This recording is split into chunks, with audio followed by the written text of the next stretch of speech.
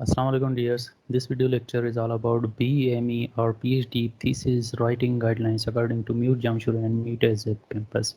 So here are some rules. जब भी आप thesis book लिखने बैठते हो तो कुछ rules हैं जो आपको MUT Jamshedpur और MUT AZ campus के स्टैंडर्ड के हिसाब से आपको फॉलो करनी होती हैं जो आपको यहाँ पर शो किए हैं. सबसे पहले what rules you have to follow using the when you are setting the page or page setup or layout. उसमें अगर पेज साइज़ रखना चाहते हो तो पेज साइज़ आप हमेशा A4 की रखोगे, लीगल वगैरह की नहीं रखोगे. पेज साइज़ A4 होना चाहिए और पेज मार्जिन्स के भाई left side, right side, bottom और जो अप एंड डाउन मार्जिन वगैरह हैं वो कैसे रखने हैं आपको. So top and left margin जो आप रखोगे, टॉप एंड लेफ़्ट मार्जिन वो 1.5 इंच रखोगे, जिसको आप सेंटीमीटर्स में 3.8 सेंटीमीटर रख सकते हो. बाकी जो राइट साइड और बॉटम साइड के मार्जिन है वो 1 इंच या 2.54 सेंटीमीटर्स रखोगे. ठीक है, जो यहाँ पर मैंने हाईलाइट कर दिए हैं. This is for top and left side and this is for the right and bottom side. ये पेज मार्जिन हैं. जब भी वर्किंग स्टार्ट करो तो ये जो पेज सेटअप के कुछ मैंने पॉइंट्स आपको बताए हैं, A4 साइज़ में रखना है, पेज मार्जिन ये रखना है, ये आप लाजमी कर देना. उसके बाद पैराग्राफ स्पेसिंग है, तो पैराग्राफ स्पेसिंग में before and after paragraph spacing आप 6 पॉइंट की रखो तो बेहतर है. ये एक्चुअली स्टैंडर्ड में गिवन नहीं है. एक या तो आप 6 पॉइंट की रखो या आपने जो आपका थीसिस सुपरवाइज़र है उससे आप पूछ लो, लेकिन कॉमनली स्टूडेंट 6 पॉइंट की पैराग्राफ स्पेसिंग रखते हैं. पैराग्राफ स्पेसिंग का मतलब ये है कि कोई भी आप हेडिंग दे रहे हो तो वो हेडिंग और उसके नीचे जो पैराग्राफ है उसके बीच में कितना स्पेस होना चाहिए. So that is paragraph spacing, that should B 6 points. उसके बाद है लाइन स्पेसिंग. लाइन और लाइन के दरमियान, एक लाइन और दूसरे लाइन के बीच में कितनी स्पेसिंग होनी चाहिए, दैट शुड बी 1.5 इंचेस जो यहाँ से आप सिलेक्ट करते हो. देखिए ना, वन है, 1.5 है, ETC, so that should be 1.5 inches according to mid Jamshoro standard. So ये पेज सेटअप के थे. अब आते हैं हेडिंग्स के. हेडिंग्स के भी हमारे पास रूल्स हैं. फर्स्ट ऑफ ऑल, जैसे आप चैप्टर्स लिखने बैठते हो तो आपको चैप्टर नेम और नंबर देना पड़ता है. जैसे यहाँ पर मैंने लिख लिया चैप्टर 2 और लिटरेचर रिव्यू. तो इसके क्या गाइडलाइंस हैं हमारे पास. ये गाइडलाइंस हैं कि भाई font style Times New Roman होना चाहिए. फ़ॉन्ट साइज़ जो होना चाहिए वो 14 होना चाहिए, चैप्टर नंबर और नेम का. उसके बाद चेंज केस में अपर केस होना चाहिए. अपर केस में मतलब कि all letters should be capital. Bold होना चाहिए. बोल्ड लेटर में आपको लिखेंगे, इटैलिक लेटर में नहीं लिखना और इसको अंडरलाइन कर देना है. अंडरलाइन में येस लिखा हुआ है और alignment should be in the centre. ये जैसे मैंने यहाँ पर ये जो चैप्टर 2 और लिटरेचर लिखा है, that is exactly according to mute and mute as a campus guidelines. इस तरीके से लिखना है. उसके बाद आ जाते हैं हेडिंग्स पे. हमारे पास बहुत सारे हेडिंग्स होते हैं. मेन हेडिंग होता है, उसके बाद फर्स्ट सब हेडिंग होता है, सेकंड सब हेडिंग, थर्ड सब हेडिंग, ऐसे बहुत सारे हेडिंग होते हैं. तो फॉर एग्जांपल जो मेन हेडिंग है जस्ट लाइक 2.1 एंड पेमेंट लिखा हुआ है, तो इसमें आप क्या करोगे कि font style Times New Roman रखोगे, फ़ॉन्ट साइज़ 12 रखोगे, चेंज केस में अपर केस रखोगे, means all letters capital. Bold रखना है आपको इसको और इटैलिक नहीं रखना, अंडरलाइन भी नहीं देना और अलाइनमेंट लेफ्ट रखनी है. फर्स्ट और सेकंड में सिर्फ डिफरेंस यही है कि ये अंडरलाइंड जो chapter name number and name की जो स्पेसिफिकेशन थी उसमें अंडरलाइन रखना था और सेंटर रखना था. और 14 फॉन्ट साइज़ था. इसमें क्या करना है, फॉन्ट साइज़ 12 रखना है, अंडरलाइन नहीं करना और लेफ्ट साइड पे इसको रखना है. That is the specifications for main heading. उसके बाद आ जाता है आपके पास सब हेडिंग. मेन हेडिंग का कोई सब हेडिंग है, फॉर एग्जांपल ये मेन हेडिंग है 2.1 पेमेंट और इसका कोई सब हेडिंग हो जाएगा for example 2.1.1 types of payments.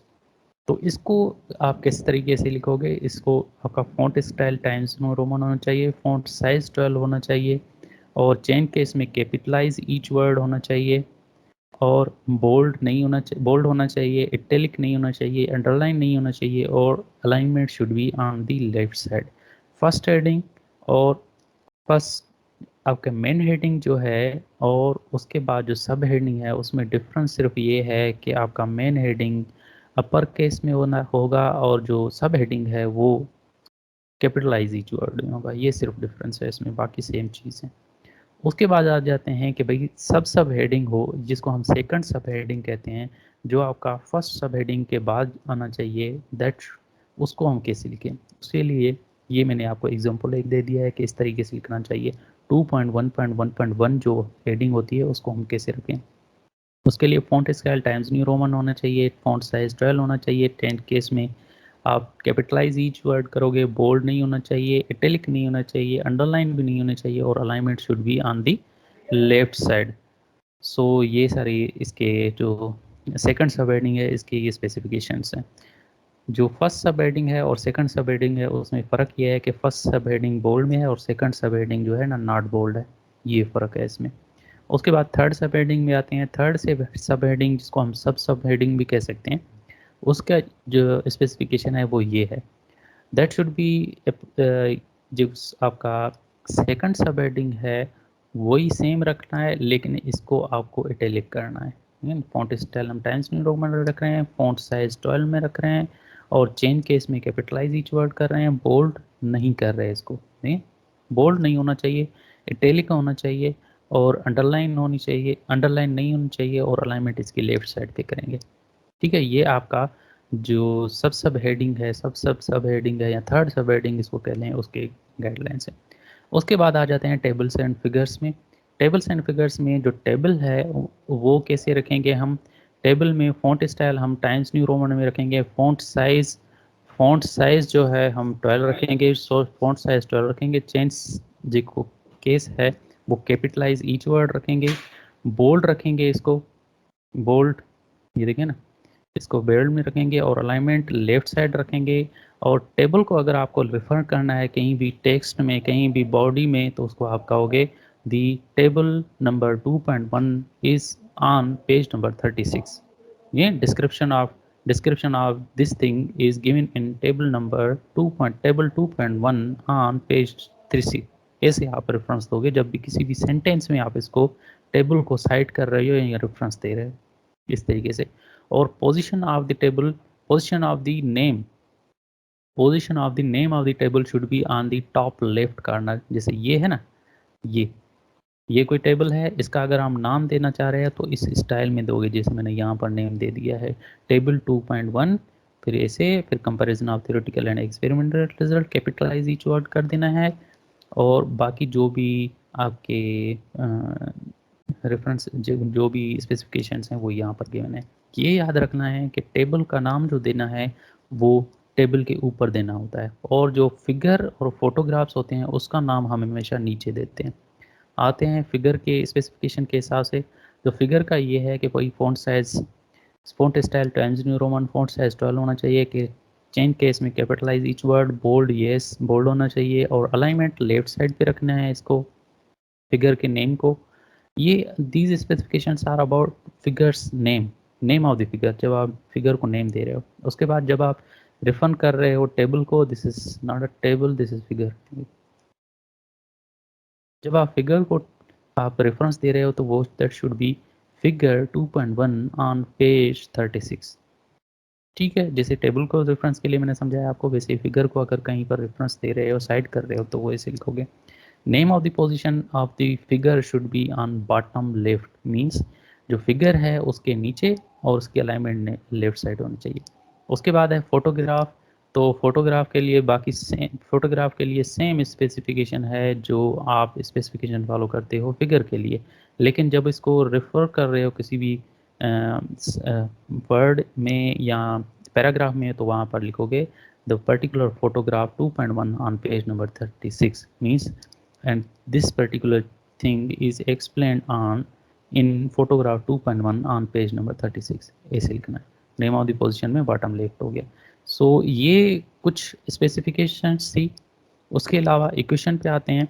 तो इक्वेशन में कैसे आप according to mute and mute as a campus के हिसाब से आप कैसे रखोगे कि जो इक्वेशन है वो इस तरीके से रखना है, जैसे यहाँ पर गिवन है ax plus B Y is equal C, और ब्रैकेट में उसको उसकी नंबरिंग ब्रैकेट में देनी है, और उसको जब साइड करना है तो ऐसे साइड करना है, the equation should be referred to in the text as equation 1.1, ऐसे आप इसको साइड करोगे।